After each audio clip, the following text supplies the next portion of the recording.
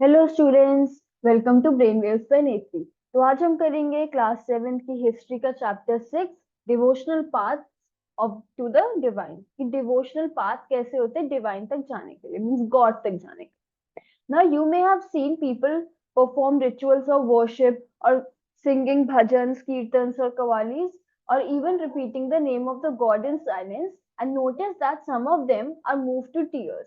Such intense devotion or love of God is the legacy of various kinds of Bhakti and Sufi movements that have evolved since the 8th century. तो हमने देखा है कि लोग अलग अलग तरीके से वर्शिप करते हैं, कोई भजन करता है, कीर्तन, कोई कवाली करके गॉड का नाम लेता है। और मतलब ये एक डिवोशन है जो बहुत समय से चल रही है। Now, the idea of the supreme god. Before large kingdoms emerged, different groups of the people worship their own gods and goddesses.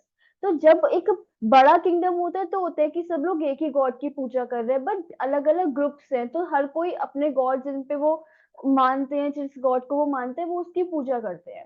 And as people were brought together through the growth of towns, trade and empires, new ideas began to develop. और जैसे जैसे हमारे ये individual group साथ आना शुरू हुए, एक डेवलप हुआ हमारा टाउन, ट्रेड डेवलप हुआ, डेवलपमेंट हुई, तो एक एक ही गॉड को मानना शुरू कर दिया लोगों ने।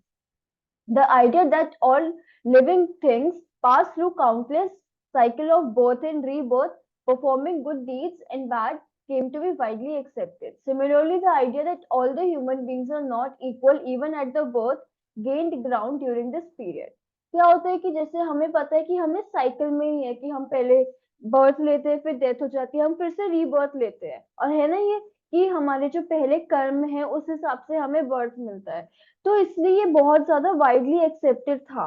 और ये भी था कि अब लोगों को ये भी पता था, जैसे हमने बताया था ना कि पिछले वर्ण डिफरेंट डिफरेंट ग्रुप्स में डिवाइड थी सोसाइटी, मीन्स वर्ण सिस्टम था, कोई ब्राह्मण से, कोई क्षत्रिय से, कोई वैश्य से, कोई शूद्र से। क्योंकि एकदम बर्थ के टाइम पे भी हम सब इक्वल है। सपोज कोई ब्राह्मण की फैमिली में है तो वो वेद पढ़ेगा, उसका काम है ये, उसको ऊपर रखा जाएगा थोड़ा सा। पर जो वैश्याज हैं वो बिजनेस करेंगे और उनको थोड़ा नीचे रखा जाएगा। तो ये चीज कि हम एकदम इक्वल नहीं है बर्थ के टाइम पे भी, तो ये बहुत ज्यादा प्रेवलेंट हुई उस समय। The belief that social privileges came from birth in a noble family or the high caste was a subject of many learned texts। कि बहुत ज्यादा कि सोशल प्रिविलेज मीन सोसाइटी को अलग अलग चीजों में बांट दिया, अलग अलग, कि नोबल फैमिली है या फिर इतनी अच्छी फैमिली नहीं है, ये हाई कास्ट है, ये लो कास्ट है, इसमें बांट दिया। Many people were uneasy with such ideas and turned to the teachings of the Buddha or the Jains, according to which it was possible to overcome social differences and break the cycle of rebirth through personal effort। तो हमने sixth standard में पढ़ा था कि जैसे जैसे वर्ण system develop होता है, बहुत लोग इससे नाखुश थे, क्योंकि जो अगर लोअर कास्ट में है उनको वो कोई काम कर नहीं सकते, उनको एकदम अलग से ट्रीट करा जाता है। तो इस वजह से ही बुद्धिज्म और जैनिज्म बहुत ज्यादा एक्सेप्ट करा लोगों ने, क्योंकि क्या वो खुश नहीं थे, ये जो सोशल क्लास में डिवाइड कर देते हैं लोगों को, किसी को अनइक्वल ट्रीटमेंट जो मिलता है उससे खुश नहीं थे। इसकी वजह से बुद्धिज्म और जैनिज्म आया था। Now others felt attracted to the idea of supreme God who could deliver humans from such bondage if approached with devotion. This idea advocated in the Bhagavad Gita grew in the popularity in the early centuries of common era, means CE। हम कहते हैं ना एक BC होता है, CE होता है, तो BC मीन्स पहले वाला और CE मीन्स आगे। जैसे ये 21 सेंचुरी मीन्स 21 सीई चल रही है, 2100 सीई चल रही है ये। तो अब लोग इस पे भी, पर कुछ लोग, जैसे कुछ लोग तो बुद्धिज्म और जैनिज्म की तरफ चले गए। कुछ लोगों को ये आइडिया बहुत अच्छा लगा कि एक हम गॉड की पूजा करके हम इस साइकिल से खत्म हो सकते हैं, मीन्स लाइफ और डेथ की साइकिल से हम कंप्लीटली खत्म, मतलब कंप्लीटली आउट हो सकते हैं इससे, कि हम एक उसमें चले जाएंगे कि हमारा वापस से रीबर्थ नहीं होगा। और ये आइडिया कहाँ पे था? भगवत गीता में ये लिखा हुआ था। Now Shiv, Vishnu, Durga as a supreme deities came to be worshipped through elaborate rituals। और इस टाइम में कौन से तीन गॉड्स है? Shiva, Vishnu and Durga. At the same time, god and goddesses worshipped in different areas came to be identified with Shiva, Vishnu, processes, local myths, and Shiv, Vishnu, or Durga. In the process, local myth and legends became a part of Puranic stories, and methods of worship recommended in the Puranas, Purana में जो लिखे होते हैं, पुराण होते हैं ना जो पढ़ते हैं, वर introduce into the local cult. और क्या हुआ, जैसे सबने अपने एरिया में मान लिया कि हम इस गॉड को जो पूजा कर रहे हैं वो शिव है, ये विष्णु है, ये दुर्गा है, तो ऐसे बहुत सारे, और उनके लिए बहुत अलग अलग मेथड्स रिकमेंड करे। सपोज मैं किसी और तरीके से शिव जी की, विष्णु जी की या दुर्गा जी की पूजा कर रही हूँ, तो मैंने यही मान लिया कि यही है, मतलब मैं इसी से पूजा करूंगी, और ये मैं जिनकी पूजा कर रही हूँ वो ही शिव जी विष्णु जी हैं। तो एक अलग अलग रिचुअल्स हो गए ना, कोई किसी तरीके से कर रहा है, कोई किसी तरीके से कर रहा है, तो लोकली डेवलप हो गया ये। Eventually, the Purans also laid down it was possible for devotees to receive the grace of God regardless of their caste status। और ऐसा भी हो गया कि ऐसा नहीं है कि वो अगर लो कास्ट में तो भगवान जी उनको कुछ देंगे नहीं, ऐसा नहीं है कि भगवान जी की आईज में सब लोग इक्वल है, और अगर जो जितने अच्छे से पूजा करेगा उसको उस हिसाब से मिलेगा। मीन्स जितनी अच्छी से, मीन्स जितनी श्रद्धा से कोई पूजा करेगा, ये नहीं कितने गिफ्ट्स दिए तुमने, ऐसा नहीं, कितनी श्रद्धा से कोई करेगा। So the idea of bhakti became so popular that even Buddhists and Jains adopted these beliefs। तो जो लोग पहले नाखुश थे कि ये हमें सोशल क्लासेस में बांट दिया, और जिन लोगों ने एक्सेप्ट करा था बुद्धिज्म और जैनिज्म पे, वो भी वापस लौट के आ गए। क्यों? क्योंकि ये कह दिया कि भगवान जी क्या, वो नहीं, वो डिस्क्रिमिनेशन नहीं करेंगे, वो सबको एक बराबर देंगे उनकी श्रद्धा के हिसाब से कि कितनी श्रद्धा से कोई पूजा कर रहा है। Now a new kind of bhakti in South India, Nayanars and Alvars. तो ये अलग अलग लोगों को कहते थे। सपोज कोई विष्णु जी की पूजा कर रहा है तो उनको हम कहते थे अलवार्स, और कोई शिव जी की पूजा करते थे तो हम उसको कहते थे Nayanars. Now the 7th to 9th century saw the emergence of new religious movements। तो ऐसे अलग अलग रिलीजियस मूवमेंट्स शुरू हुए, जैसे Nayanars, Alvars, who came from all the castes including those considered untouchable like the Puliyar और द पनार्स। तो क्या था, हमने चार क्लासेस पढ़े ना, ब्राह्मण, क्षत्रिय, वैश्य, शूद्र, एक फिफ्थ भी थी अनटचेबल्स। इन चारों को तो फिर भी कुछ मतलब अच्छे से ट्रीट कर लिया जाता था, अनइक्वल ट्रीटमेंट था, बट जो अनटचेबल्स थे उनको तो बिल्कुल विलेज के वो बाहर रहते थे, टाउन्स के बाहर रहते थे, वो उनको आने की मतलब इतने परमिशन भी नहीं थी ज्यादा कि वो आना जाना करे, और टच भी नहीं कर सकते थे कोई, तो वो भी इसमें थे। मीन्स ऐसा नहीं है कि वो शिव जी विष्णु जी की पूजा नहीं करते थे, वो भी पूजा में करते थे, और वो भी इस ग्रुप में ज्वाइन थे।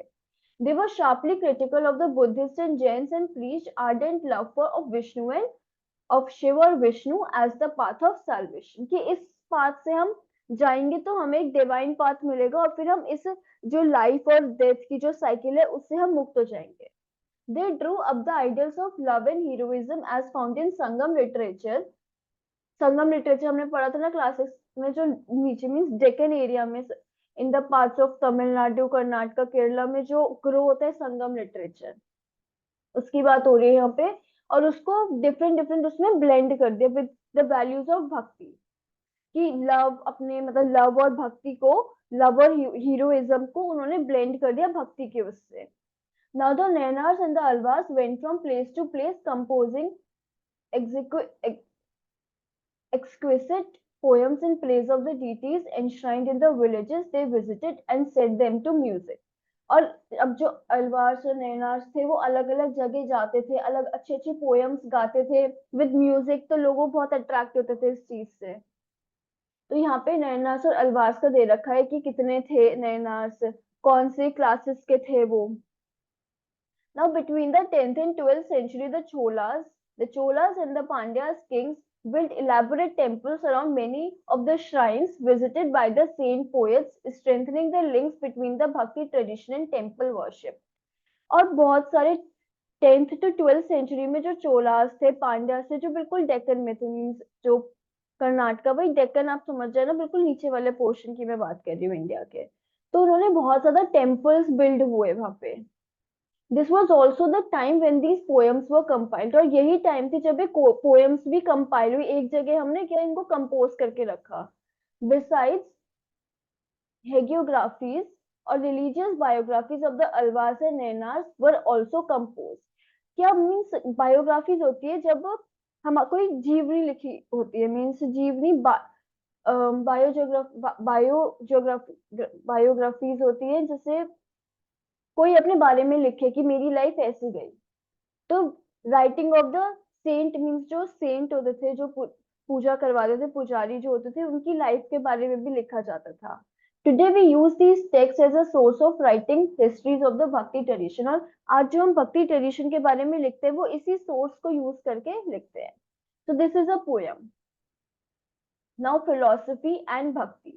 Shankara, one of the most influential philosophers of India, was born in Kerala in 8th century. तो शंकर जो बहुत influential philosophers थे, philosophy जो देते हैं, अच्छी अच्छी बातें जो बताते हैं, वो केरला में born हुए थे. He was an advocate of Advaita or the doctrine of oneness of the individual soul and the supreme God, which is ultimate reality. वो इस चीज की मतलब वो इस चीज को मानते थे कि एक इंडिविजुअल सोल है और एक सुप्रीम गॉड है, एक हमारी इंडिविजुअल सोल और एक भगवान जी है, और यही सिर्फ अल्टीमेट रियलिटी है और कुछ नहीं है। ही टॉट दैट ब्राह्मण the only ultimate reality was formless and without any attributes. और उन्होंने कहा कि जो हम भगवान जी को एक मूर्ति में पूछते हैं, तो भगवान जी का कोई आकार नहीं है, मीन्स ऐसा नहीं है कि वो फॉर्मलेस है, उनका कोई फॉर्म नहीं है और ना ही कोई एट्रीब्यूट्स है उनके। He considered the world around us to be an illusion और maya and preached renunciation of the world and adoption of the path of knowledge to understand the true nature of Brahman and attain salvation।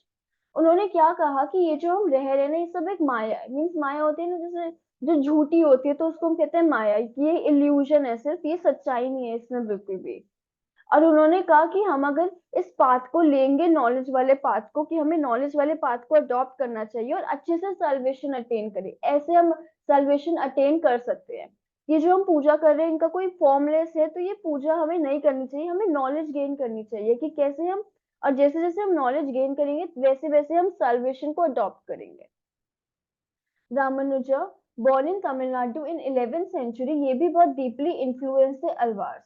Alvars, ये अलवार्स कौन होते हैं? जो विष्णु जी की पूजा करते हैं।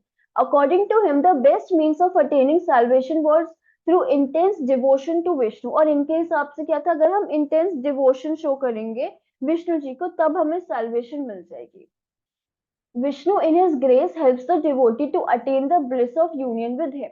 अब salvation मतलब क्या होता है? जब हम भगवान जी से मिल जाते हैं, है ना, जब हम उनके अंदर समाहित हो जाते हैं, हमारी जो सोल है वो इस जो साइकिल है उससे मुक्त हो जाती है, उससे खत्म हो जाती है, ये हमें नहीं होना पड़ता वापस से। He propounded the doctrine of विश sorry to pronounce it, of qualified oneness in that soul even when united with the supreme god remain distinct. और जैसे ही हम सोल हमारी मिल भी जाएगी गॉड से, पर हम डिस्टिंक्ट ही रहेंगे। Ramanuja's doctrine greatly inspired the new strand of bhakti which developed in North India subsequently। और धीरे धीरे नॉर्थ इंडिया में, मीन्स इंडिया के दो पार्ट, इक्वेटर से ऊपर वाला नॉर्थ इंडिया और नीचे वाला, इक्वेटर कह रही हूँ, टॉपिक ट्रॉपिक ऑफ कैंसर से ऊपर वाला हम कहते हैं ज्यादातर नॉर्थ इंडिया, और नीचे वाला थोड़ा ज्यादा नीचे हो जाता है तो हम साउथ इंडिया कहते हैं। ये नॉर्थ इंडिया में बहुत इंस्पायर हुआ ये आइडिया, मीन्स बहुत लोगों ने माना इस आइडिया को। Now, Basavana's Virashaivism. Now we noted earlier the connection between the Tamil Bhakti movement and temple worship। तो हमने देखा कि कैसे तमिल जो भक्ति मूवमेंट था, कैसे उन्होंने टेम्पल्स बिल्ड करे और इसको मिक्स कर दिया। This in turn led to a reaction and is best represented in Virashaiva movement initiated by Basavana and his companion like Alamma Prabhu and Akamaha Devi। तो ये एक रिएक्शन आया इस वजह से कि भक्ति मूवमेंट को टेम्पल वर्शिप से मिक्स कर दिया। और किसने उसको बहुत अच्छे से रिप्रेजेंट करा? कौन सा मूवमेंट था वो? वीराशैव मूवमेंट। और लोगों ने इसको ज्वाइन करा। किसने शुरू करा था? ये बरासवना ने शुरू करा था और इनके कंपेनियंस ने ज्वाइन करा। दिस मूवमेंट बिगैन इन कर्नाटका में, ये शुरू होता है mid 12th century। The Virashaivas argued strongly for the equality of all human beings and against Brahmanical ideas about caste and treatment of women. They were also against all forms of rituals and idol worship। तो ये जो थे वीराशैवास, ये strongly की मतलब ये मानते थे कि लोगों में इक्वालिटी होनी चाहिए, और ये हमने क्या कास्ट सिस्टम में लोगों को बांट रखा है, विमेन को भी अपनी राइट्स होनी चाहिए। और वो इसके खिलाफ थे कि हम आइडल वर्शिप होते कि मूर्ति पूजा हम करते हैं, वो इस चीज के खिलाफ थे और कोई भी रिचुअल्स के वो खिलाफ थे। नाउ भक्ति movement in Deccan, from the 13th to the 17th century, Maharashtra saw a great number of poets whose songs in simple Marathi continue to inspire people. अब 13 से 11 सेंचुरी में महाराष्ट्र में बहुत सारे सेंट लोग आए जो अच्छी अच्छी पोएम्स लिखते थे और इन्होंने मराठी में लोगों को इंस्पायर करना शुरू करा। मराठी को किसकी लैंग्वेज है? महाराष्ट्र की लैंग्वेज है Marathi. The most important among them was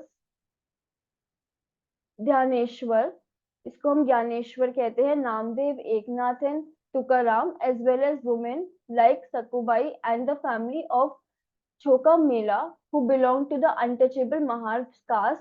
This regional tradition of bhakti focused on Vitthal, means Vitthal एक form है विष्णु जी के, temple in Pandharpur, as well as on the notion of a personal God residing in the hearts of all people.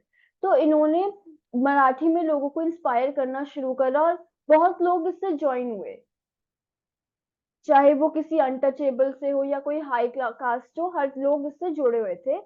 ये किसकी पूजा करते थे? विठल। विठल एक विष्णु जी का ही form होता है कि हमारा नोशन कि जो हमारे गॉड होते हैं वो हमारे हार्ट में रहते हैं, सब लोगों के हार्ट में रहते हैं।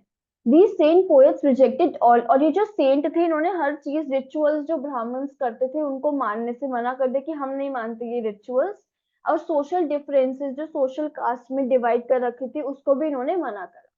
In fact, they even rejected the idea of renunciation and preferred to live with their families, earning their livelihood with any other person while humbly serving fellow human beings in need.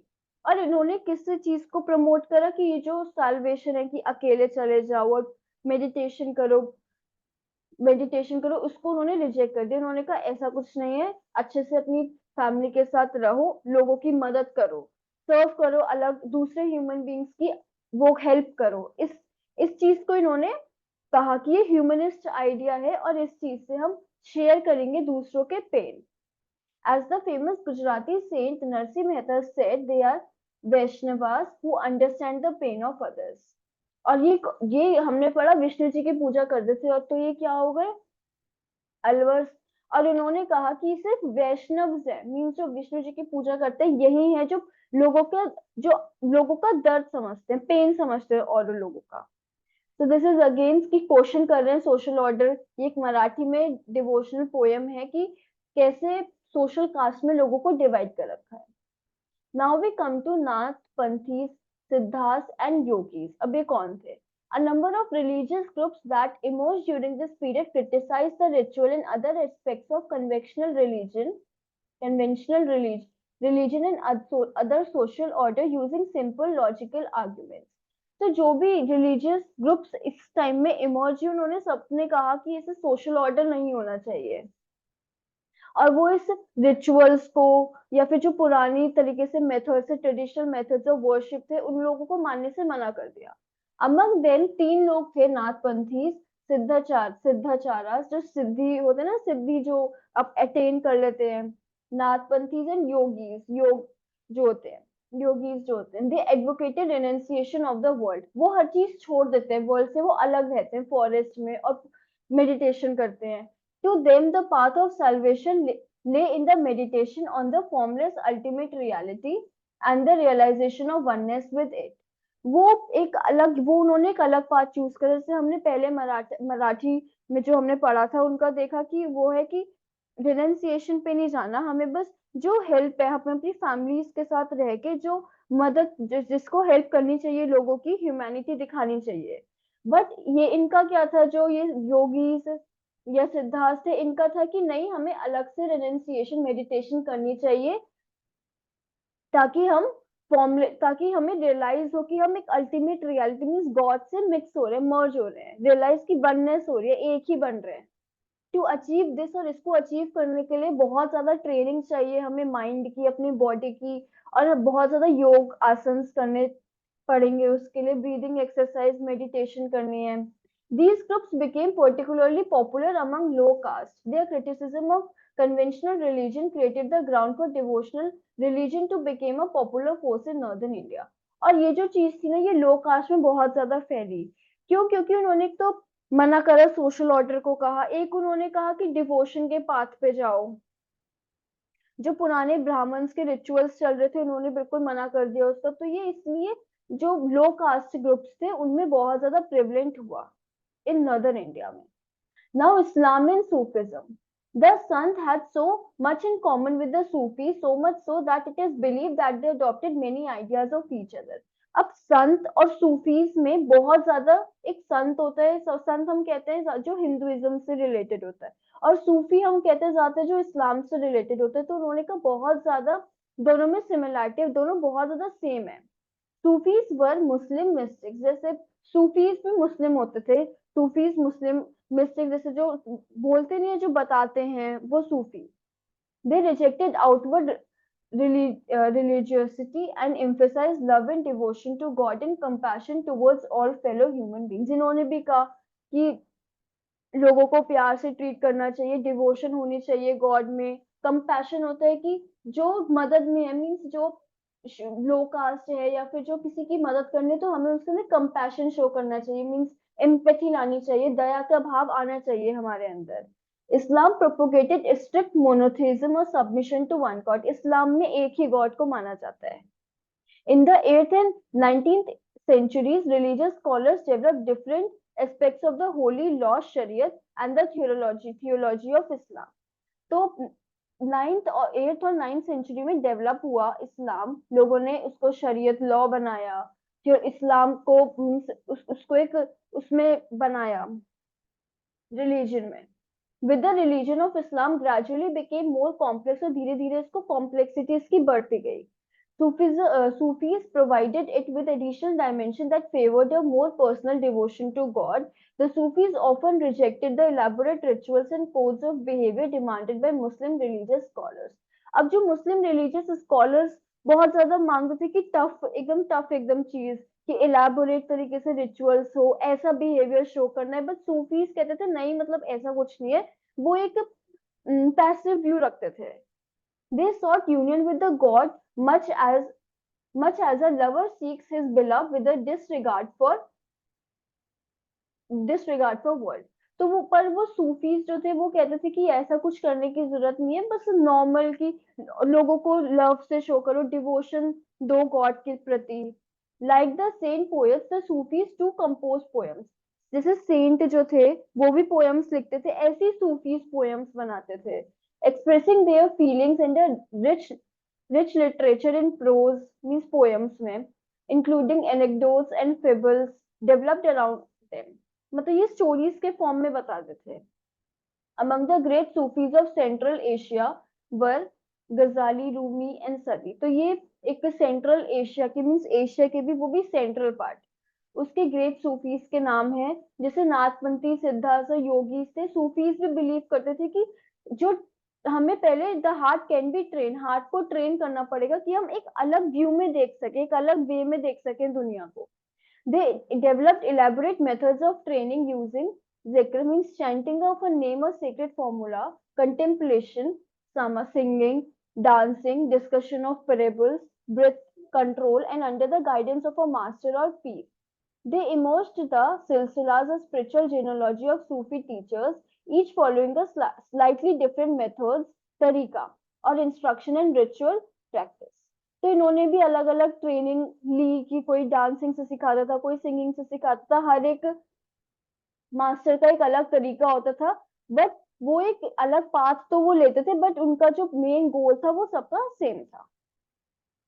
Now, a large number of Sufis from Central Asia से Hindustan from the 11th century, means Hindustan means India में आए वो रहने। This process was strengthened with the establishment of Delhi Sultan when several major Sufi centers developed all over the subcontinent।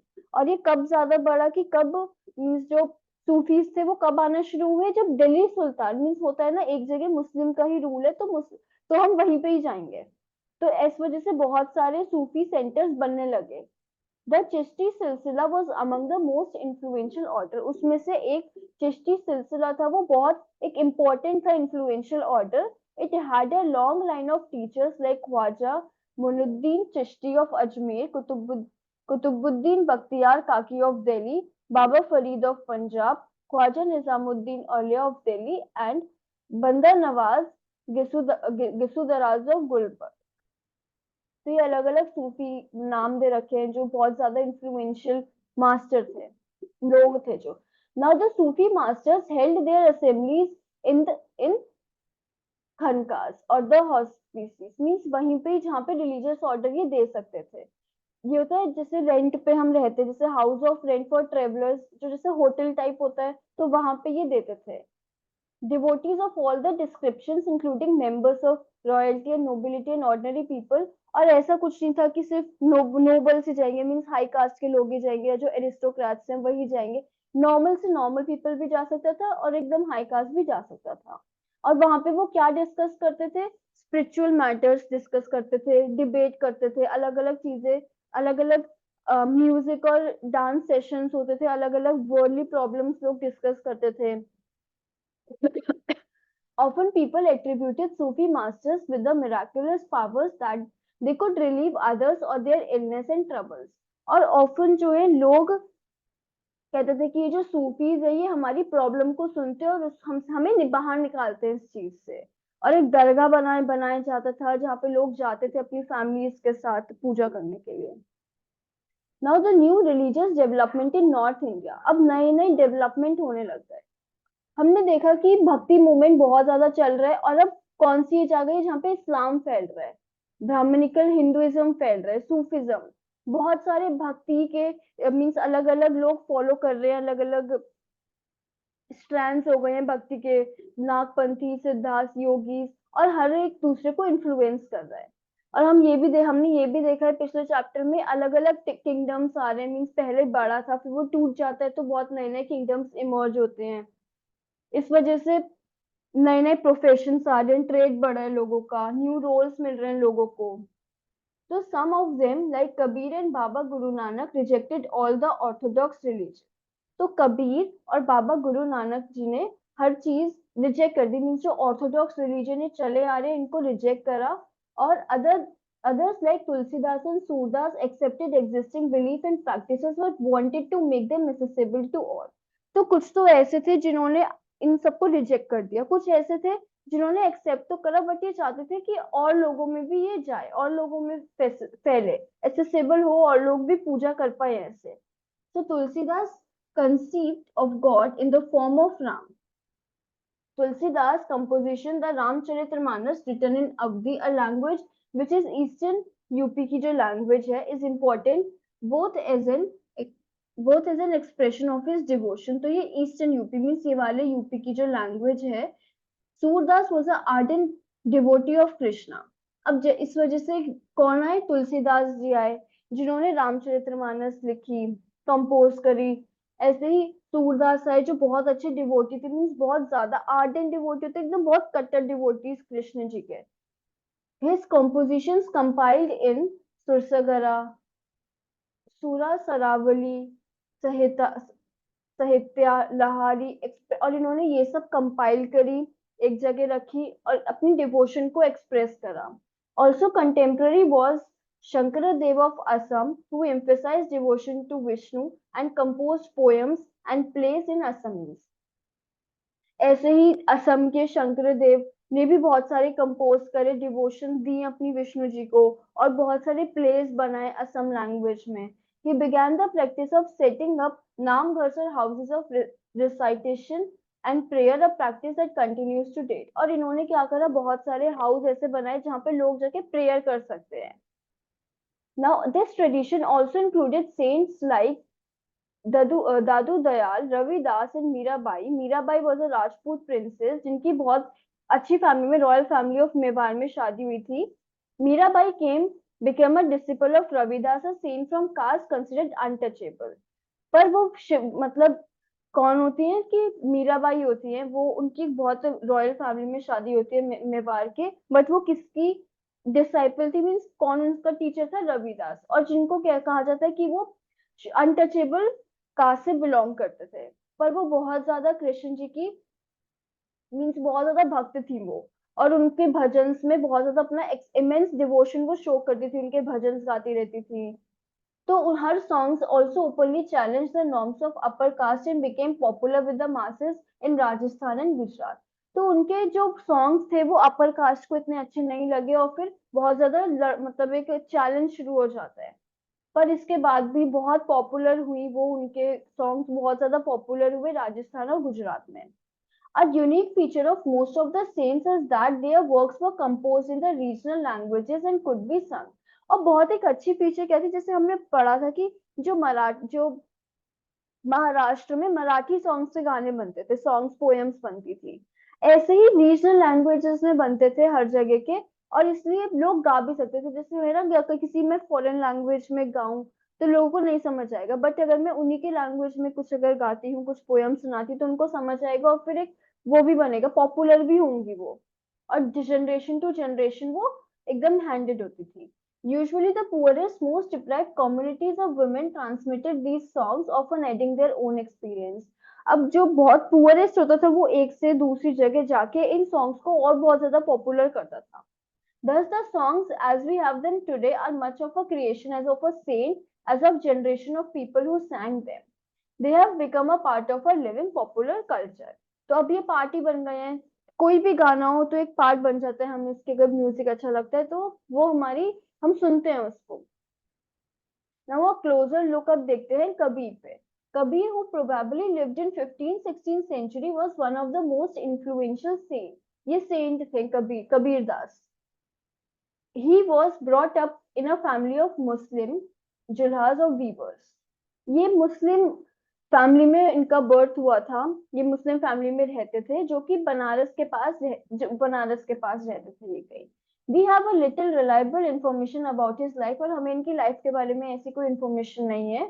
We get to know of his ideas from a vast collection of verses called sakhis and Pad, said to be composed by him and sung by wandering bhajan singers।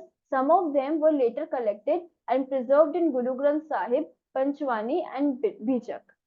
तो इनको कहा गया इनकी life के ऐसे कुछ है नहीं, बट इन्होंने कुछ पोएम्स कंपोज करी थी, कुछ वर्सेस इन्होंने कंपोज करे थे, और फिर जो वॉन्डरर्स होते थे, मीन्स जो एक जगह से दूसरी जगह, वो इनको गाते थे।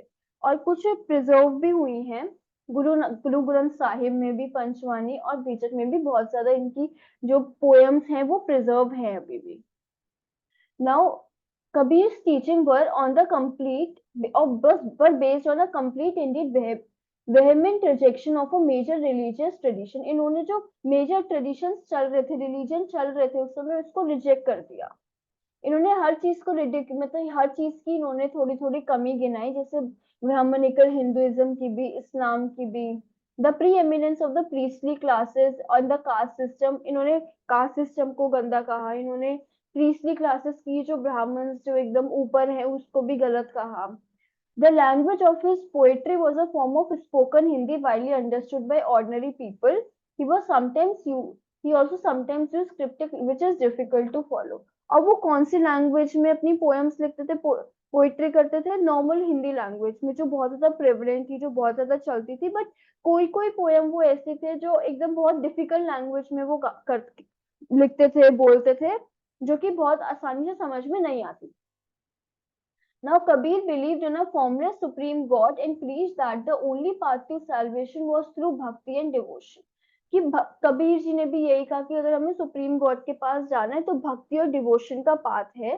Kabir Drew his followers from, और इनके जो फॉलोअर्स थे वो बोथ रिलीजन थे, हिंदू से भी थे और मुस्लिम्स भी थे। Now a closer look Baba Guru Nanak. We also know about Baba Guru Nanak more than that of Kabir. Born in Talwandi, he traveled widely before establishing center at Kartarpur। A regular worship that established of his singing of his own hymns was established there for his followers। तो गुरु नानक जी के बारे में है ये, उनका वो बहुत जगह पहले, बहुत जगह उन्होंने ट्रेवल करा, और उसके बाद वो करतारपुर में आए और उन्होंने अपने जो रेगुलर वर्शिप उन्होंने अपने हिम्स में गाए, और वो बहुत ज्यादा उनके फॉलोअर्स ने एक्सेप्ट करी ये चीज। irrespective of their former caste, creed और gender, his followers ate together in common kitchen। लंगर, अब आपने सुना होगा लंगर के बारे में। कि लंगर जो वो होता है, गुरुद्वारा होता है, वहां पे लंगर मिलता है। तो और कैसे ट्रेडिशन शुरू हुआ ये, कि हर कोई साथ में खाता था। ऐसा कुछ नहीं कि जेंडर है, कोई अलग है जेंडर, या फिर कोई कास्ट, लो कास्ट है, हाई कास्ट है, सब एक साथ बैठ के खाएंगे। The sacred space thus created by Baba Guru Nanak was known as Dharmsal. It was no, फिर उसके बाद क्या कहा गया उसको, gurdwara.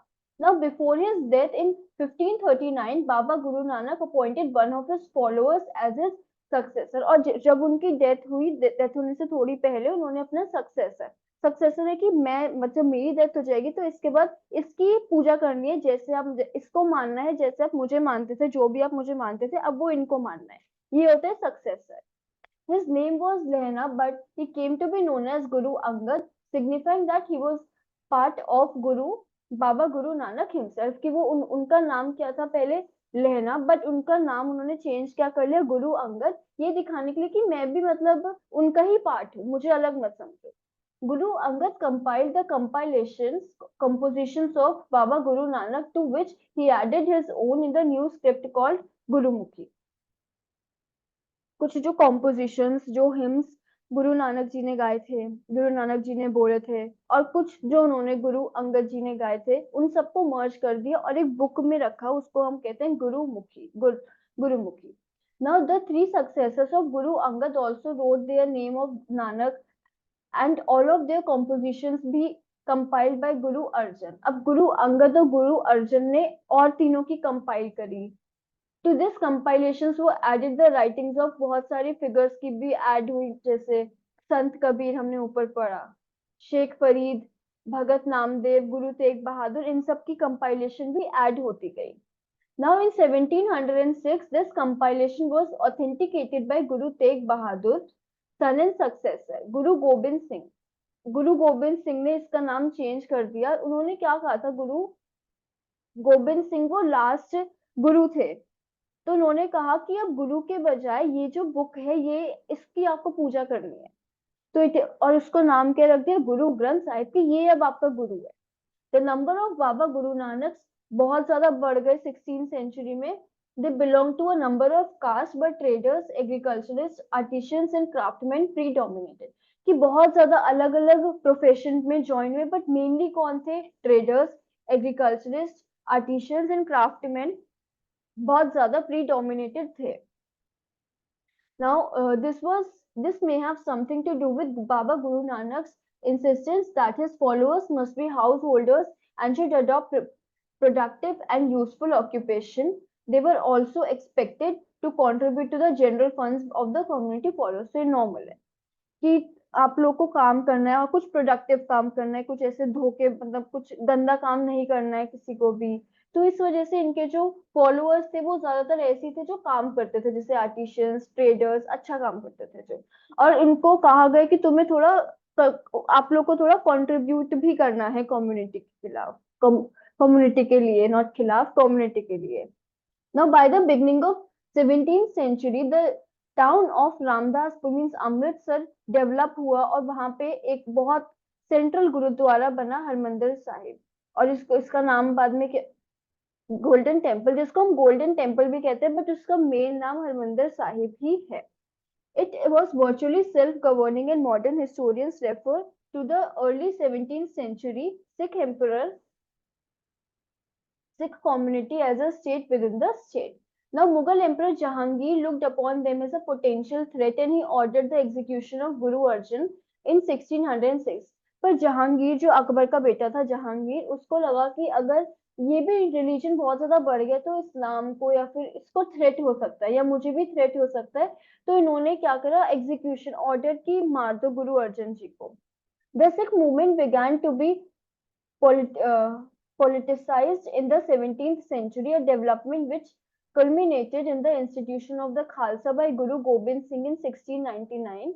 The community of the Sikhs, called the Khalsa Panth, became a political entity। तो इसलिए उन्होंने इसके खिलाफ लड़ने के लिए मतलब अपने आप को तैयार करा, कम्युनिटी ऑफ सिक्स खालसा पंथ बने। Now the changing historical situation during the 16th and 17th century influenced the development of Sikh movement. The ideas of Baba Guru Nanak had a huge impact on his development from the very beginning. He emphasized कि उन्होंने कहा कि एक ही God की worship करनी चाहिए और हमें सोसाइटी को बांटना नहीं चाहिए, कास्ट क्रीड या जेंडर के बेसिस में हमें बांटना नहीं चाहिए. His idea of liberation was that of the state of inward bliss, but rather the pursuit of active life with a strong sense of social commitment. और हमें सोशली भी काम करना चाहिए, लोगों की हेल्प करनी चाहिए. He himself used the term नाम दान and स्नान for the essence of his teaching, which actually meant right worship. कि यही है कि नाम दान करो थोड़ा सा, स्नान कि यही राइट वर्शिप है, वेलफेयर करो, प्योरिटी ऑफ कंडक्ट, तो यही है नाम इज राइट वर्शिप, अच्छे से वर्शिप करो. दान मीन्स वेलफेयर के लिए दूसरों को दो. एंड स्नान मीन्स कि जैसे हम अगर हम बाथिंग को स्नान कहते हैं हिंदी में, तो ये कि प्योरिटी रखो, प्योरिटी ऑफ कंडक्ट, अच्छे से काम करो, गलत काम मत करो. His teachings are now remembered as naam japna, कृत करना, वंद चखना, which also underline the importance of right belief and worship, honest living and helping others. Right? किर्त करना means काम अच्छे करना, कर्म अच्छे करना. Honest live, honesty से रहना. वंद चखना means अच्छे से दूसरे की help करना. Now, thus Baba Guru Nanak's idea of equality had social and political implications. This might partly explain the difference between the history of the followers of Baba Guru Nanak and history of followers of other religious figures of the medieval centuries like Kabir, Ravidas, and the Dadu, whose ideas was also similar to those of Baba Guru Nanak. So this is it with the chapter. I know the chapter was very long, but we have completed it. If you had any doubt regarding this chapter, do comment below. Do comment below. And please like this video, like कर देना, subscribe कर देना channel को, और share भी कर देना अगर useful लगे तो. Thank you.